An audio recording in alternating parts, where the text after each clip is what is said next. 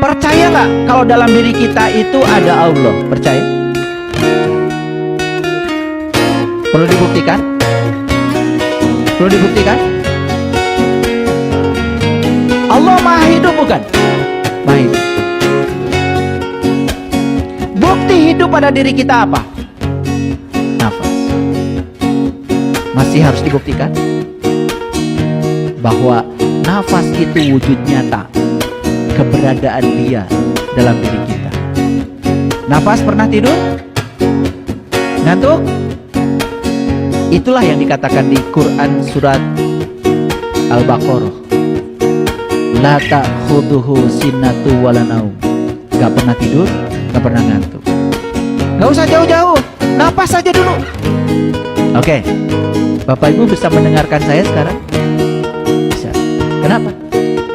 Karena bernafas. Bisa melihat saya sekarang? Kenapa? Karena bernafas. Kok nyender kerasa ya? Kenapa? Karena bernafas. Jadi tubuh ini ketika tidak bernafas, kehilangan nafas, kan tubuh ini kehilangan segalanya. Setuju? Oke. Jadi sekarang sudah yakin kalau Allah bersama kita? Yes? Yes. Sekarang kita yakinkan Allah Maha Kuat, Allah Maha Kaya, Allah tanpa batas. Berarti sebetulnya kehidupan kita harusnya tanpa batas. Yes? Lalu kenapa hidup kita terbatas? Nah, persoalannya adalah saat kita lahir ke dunia ini,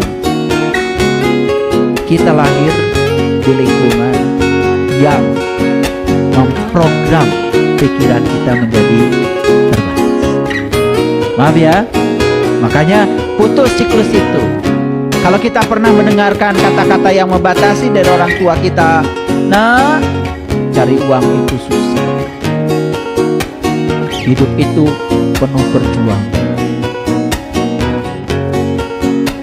Gak mungkin kita punya rumah yang bagus,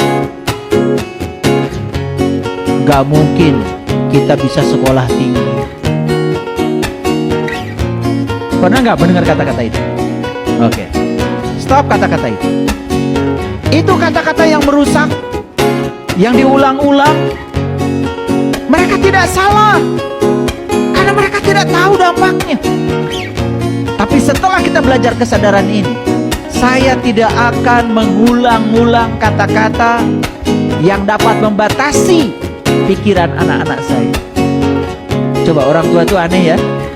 Anak disuruh cari kerja, tetapi dia pernah ngasih amanat kalau cari kerja itu susah. Hebat gak orang tua? Hebat kan? Anak disuruh cari uang, tapi anak sudah dikasih mantra kalau uang itu susah. Hebat gak orang tua? Hebat bodohnya maksudnya. Jadi kita ini sebetulnya dalam hidup ini ya tidak bergerak maju, padahal ingin bergerak cepat. Boro-boro bergerak cepat, bergerak maju saja tidak. Apa yang terjadi? Karena dalam diri kita banyak yang kontraproduktif. Yes? Oke. Makanya putus. Dengarkan kajian saya di YouTube, memutus siklus keturunan, termasuk cara berbicara, termasuk cara berkata kepada anak-anak. Ya? Jadi kalau di depan rumah ada mobil bagus, kata anak, mobil bagus, pasti kamu bisa beli. Kamu pasti bisa, pasti ada rezekinya. Pernah nggak ibu bapak mengatakan, jangan mimpi, bisa gila kamu. Kita sudah ditulis sama Allah di Lauh Mahfuz. Kita memang takdirnya jadi orang begini. Bayangkan ya, ketika bawa agama, bawa takdir, bawa nasib, dan seolah-olah Allah sudah membatasi, padahal yang membatasi adalah orang tuanya. Jadi program gak itu pada anak? Jadi program gak itu?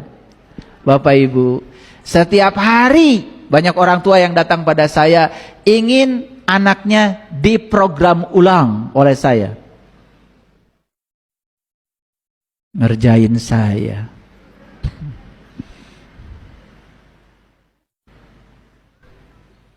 Tapi mending nih si orang tuanya sadar.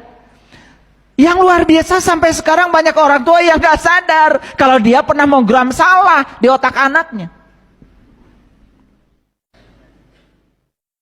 Oke, sepulang dari sini ya, bisa memilih kata-kata berapa hari? Seminggu. Kok cuma seminggu? Seminggu aja dulu. Belum tentu sukses.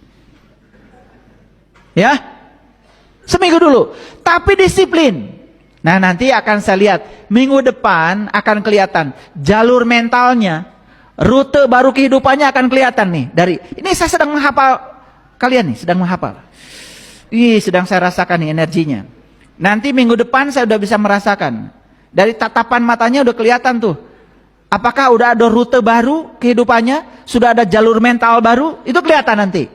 Dari cara berkedip nanti kelihatan. Aduh, nggak main-main. Gak main-main itu ya. Saya ini sudah kayak sensor.